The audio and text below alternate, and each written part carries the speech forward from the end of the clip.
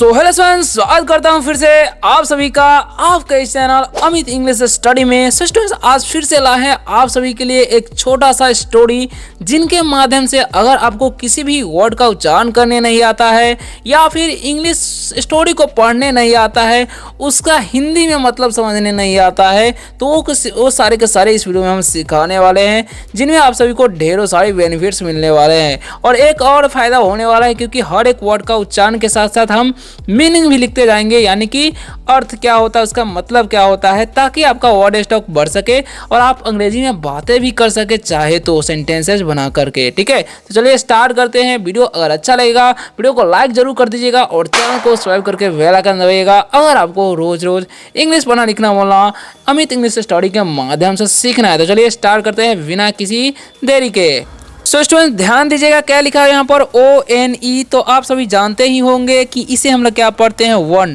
क्या पढ़ते हैं, वन पढ़ते हैं। और YEAR है, तो यह से ईयर ऐसे नहीं पढ़ना है, क्या पढ़ना है, इसे हम लोग पढ़ते हैं ईयर। क्या पढ़ते हैं, ईयर पढ़ते हैं। और LATER है, तो इसे हम पढ़ते हैं लेटर, यानी कि 1 year later I, 1 year later I visit, इसे हम क्या पढ़ते हैं, विजिट पढ़ते हैं। ठीक है, क्या पढ़ते हैं, विजिट। इसे विजिट नहीं पढ़िएगा, एस का उच्चारण ज करना है। वन बिग, इसे हम क्या पढ़ते हैं, बिग। ठीक है, TOWN, तो इसे हम पढ़ते हैं टाउन। ठीक है, OW का उच्चारण यहाँ पर आउ होता है। ओके, अब देखिए इसका मतलब क्या होता है। वन मतलब एक, ओके। ईयर मतलब वर्ष या बोल सकते हैं साल। ठीक है, और लेटर मतलब बाद में, बाद बोलते हैं। आई मतलब क्या होता है, मैं। विजिट मतलब मिलने जाना होता है। ठीक है, मिलने जाना या घूमना भी बोल सकते हैं। वन मतलब एक, बिग मतलब बड़ा। ठीक है, टाउन मतलब शहर। ठीक है, इन सभी का मतलब वर्ड मीनिंग तो जान ही गए। अब इसका इंग्लिश टू हिंदी ट्रांसलेशन सीख लीजिए कैसे करते हैं। जैसे में 1 ईयर लेटर, यानी कि इसका मतलब क्या हो जाएगा, एक साल बाद। ठीक है, एक साल बाद। आई विजिट, यानी कि मैं घूमने गया। वन यानी कि एक, बिग टाउन यानी कि बड़ा शहर में, यानी कि एक साल बाद मैं एक बड़ा शहर में घूमने गया। ठीक है, ऐसे बोल सकते हैं। घूमता हूँ भी ऐसे बोल सकते हैं। ठीक है, वैसे घूमता हूँ ही बोलेंगे। ठीक है, वही सेंटेंस होगा सही। द, इसे हम क्या पढ़ते हैं, द नेम। देखिए नाम ही नहीं पढ़ना है, एन का उच्चारण न करते हैं, ए का उच्चारण ए के लिए, एम से म, और लास्ट वाला ई का उच्चारण नहीं होता है। ऑफ, इसे हम पढ़ते हैं ऑफ। दिस, इसे हम क्या पढ़ते हैं, दिस पढ़ते हैं। ठीक है, TOWN है, तो इसे पढ़ते हैं टाउन। ओके, अब देखिए IS को इस पढ़ते हैं, इस नहीं, इसे हुल नहीं हल पढ़ते हैं। ठीक है, क्योंकि ये हल किसी शहर का नाम है। ठीक है, हुल भी हो सकता है या हल भी पढ़ सकते हैं, क्योंकि अपने उच्चारण के हिसाब से। ठीक है, तो द का मीनिंग नहीं होता है, और नेम मतलब नाम होता है, और ऑफ मतलब का, और दिस मतलब होता है इस या यह भी बोल सकते हैं। टाउन मतलब शहर। ठीक है, इज मतलब है, हल नाम है तो हल ही होगा। ओके, तो इंग्लिश टू हिंदी ट्रांसलेशन कर लेते हैं। The name of this town, यानी कि इस शहर का नाम या उस शहर का नाम है, इज मतलब है हल, यानी कि इस शहर का नाम क्या है, हल है। ठीक है, नेक्स्ट सेंटेंस हमारा क्या है, आई। इसे मतलब क्या पढ़ते हैं, आई और MWT meet. I meet my friend. ठीक है, आई मीट माई फ्रेंड। अब इसका मतलब क्या हो जाएगा, वही समझिए। आई का मतलब मैं। ठीक है, मीट मतलब मिलता हूँ। ठीक है, मिलता हूँ। माई मतलब मेरे। ठीक है, फ्रेंड मतलब दोस्त से। ठीक है, ओके। अब इसका इंग्लिश टू ट्रांसलेशन कर लेते हैं, translation sorry. I meet my friend, यानी कि मैं अपने दोस्त से मिलता हूँ। ठीक है, इस शहर में अपने दोस्त से मिलता हूँ, वो बोल रहा है। ओके, अब आगे क्या होता है, his father has a ship. His father has a ship. ठीक है, अब इसका मतलब ही समझ लीजिए। हिज मतलब उनके, बोल सकते हैं उसके पिता के पास, उसके पिता के पास। हैज मतलब पास होता है, ये मतलब एक, शिप मतलब जहाज। ठीक है, इसका इंग्लिश टू हिंदी ट्रांसलेशन हो जाएगा, his father has a ship, यानी कि उसके पिता के पास एक जहाज है। ठीक है, हैज मतलब था होगा, सॉरी है होगा, पास है। ठीक है, अब इंग्लिश टू हिंदी ट्रांसलेशन भी कर दिए। अब आगे बढ़ते हैं अगले सेंटेंस की तरफ। क्या लिखा हुआ है ध्यान से समझिएगा। ठीक है, तो नेक्स्ट क्या है सेंटेंस हमारा, दे। इसे हम पढ़ते हैं they travel to London. They travel to London, London नहीं पर, जब भी ओ एन लास्ट में रहेगा तो अन उच्चारण अ करना वो का, ठीक है। तो दे ट्रेवल टू लंदन, यानी कि इसका मतलब हो जाएगा वे लोग यात्रा, वे लोग यात्रा या भ्रमण बोल सकते हैं, टू मतलब को, लंदन यानी कि वे लोग लंदन को यात्रा कर रहे थे, ठीक है, या जा रहे थे बोल सकते हैं। My friend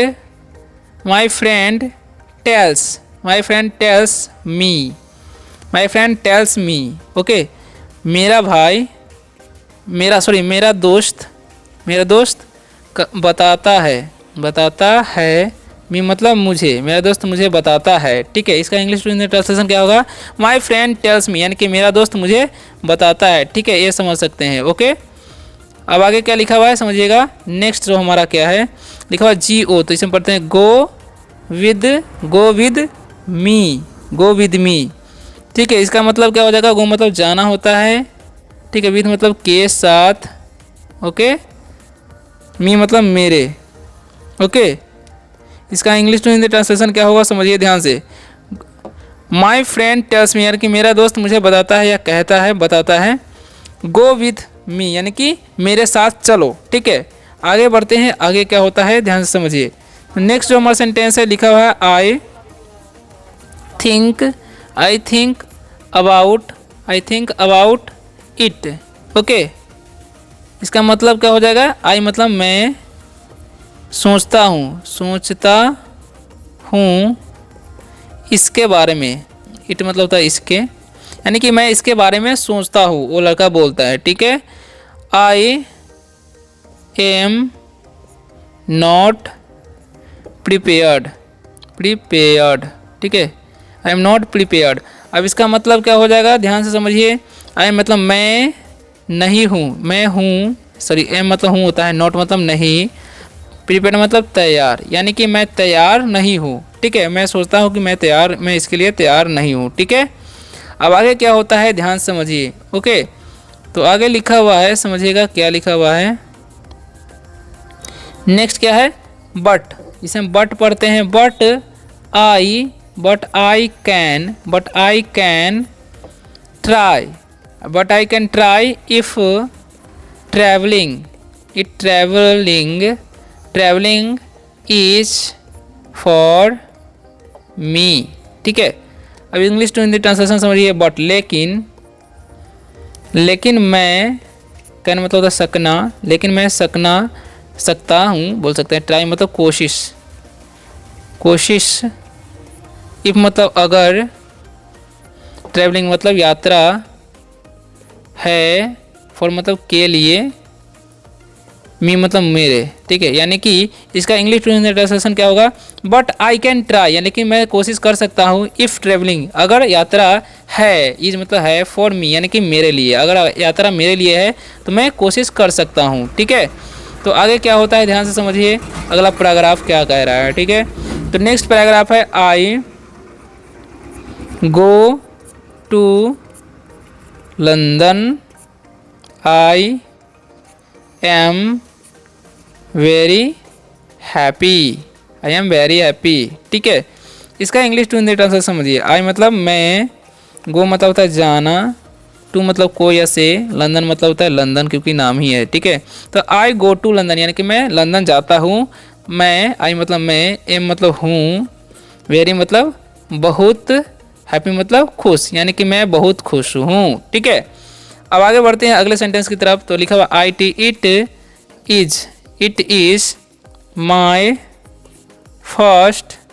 is my first long journey, अब इसका इंग्लिश टू हिंदी ट्रांसलेशन क्या होगा। इट मतलब यह है, माई मतलब मेरा, फर्स्ट मतलब पहला, लंबा, जर्नी मतलब यात्रा बोलते हैं, ठीक है। यह हमारा सबसे पहला, it is my first long journey, यानी कि यह मेरा पहला लंबा यात्रा है, ठीक है, ऐसे बोल सकते हैं, लंबी यात्रा है। अब बढ़ते हैं आगे क्या लिखा हुआ है जी। तो आगे क्या लिखा हुआ है ध्यान से समझिएगा, ठीक है। तो नेक्स्ट जो हमारा सेंटेंस है, इट इज़ वेरी इंटरेस्टिंग, ठीक है, इंटरेस्टिंग।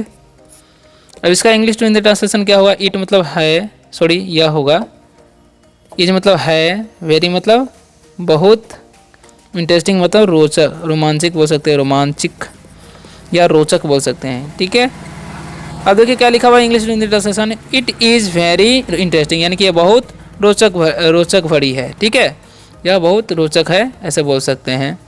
आगे क्या है लिखा हुआ ध्यान से समझिएगा। नेक्स्ट हमारा paragraph, the first hour is good, the first hour is good but then we have problems,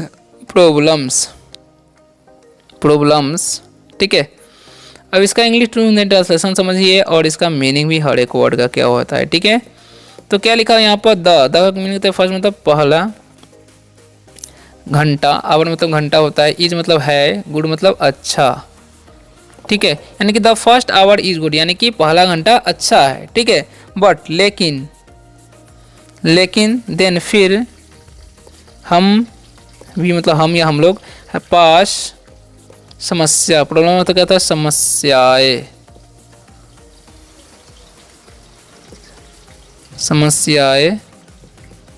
ठीक है, क्योंकि प्रॉब्लम्स लिखा हुआ है। तो but then we have problems, यानी कि लेकिन फिर हम लोगों के पास समस्या आ गई है, समस्या थी, ठीक है, समस्या है।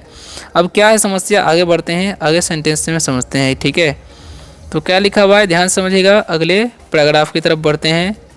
लिखा हुआ है यहाँ पर, ठीक है, वी सी ए स्ट्रोम, ठीक है, storm, we see a storm, the storm is big, the storm is big, ठीक है।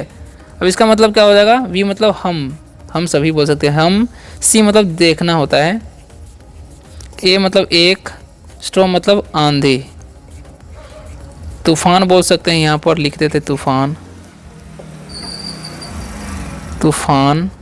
ठीक है। बी सी ए स्ट्रॉम, यानी कि हम लोग एक तूफान देखते हैं, द स्ट्रॉम यानी कि तूफान है बड़ा, यानी कि तूफान बड़ा है, ठीक है। अब आगे बढ़ते हैं, आगे क्या होता है, the wind is strong, the wind is strong, the ship goes up and down. अब इसका इंग्लिश टू हिंदी ट्रांसलेशन समझिए। विंड मतलब हवा, ठीक है, इज मतलब है, स्ट्रॉन्ग मतलब मजबूत, तेज बोल सकते हैं। विंड इज स्ट्रॉन्ग यानी कि हवा तेज है, ठीक है, या मजबूत है बोल सकते हैं। द शिप मतलब जहाज, गोज मतलब जाता है, अप मतलब ऊपर, एंड मतलब और, डाउन मतलब नीचे, यानी कि जहाज ऊपर नीचे जाता है, ठीक है, इसका मतलब होगा। ओके, अब देखिए आगे क्या होता है अगला सेंटेंस में, ठीक है। तो नेक्स्ट सेंटेंस हमारा है I have fear, I think about my home, ठीक है। अब इसका मतलब क्या हो जाएगा, आई मतलब मैं, मेरे बोल सकते हैं, आई मतलब पास, फिर मतलब डर, यानी कि मुझे डर है। आई मतलब मैं, थिंक मतलब सोचता हूँ, अबाउट मतलब के बारे में, ठीक है, मेरे, माई मतलब मेरे, होम मतलब घर, यानी कि मैं अपने घर के बारे में सोचता हूँ, ठीक है। आगे क्या है, I think about my comfortable bed, ठीक है। इसका मतलब क्या हो जाएगा वही समझिए ध्यान से। तो आई मतलब मैं सोचता हूँ, अबाउट मतलब के बारे में, ठीक है, बारे में, माई मतलब मेरे, कंफर्टेबल मतलब आरामदायक, बेड मतलब बिस्तर, ठीक है, यानी कि मैं अपने मैं सोचता हूँ, मैं अपने आरामदायक बिस्तर के बारे में सोचता हूँ। ठीक है, इससे आगे भी स्टोरी है तो नेक्स्ट वीडियो में लाएंगे। नेक्स्ट वीडियो वर्ड का होने वाला, उसके बाद फिर से स्टोरी का होगा। तो वीडियो को लाइक कर दीजिए और चैनल को सब्सक्राइब करके बेल आइकन दबाइएगा। अगर आपको नेक्स्ट वाली वीडियो देखना है, अंग्रेजी पढ़ना लिखना वाला रोज़ रोज़ सीखना है शाम 7:30 बजे, तो मिलते हैं नेक्स्ट वीडियो में शानदार से टॉपिक के साथ। तब तक के लिए बाय, टेक केयर।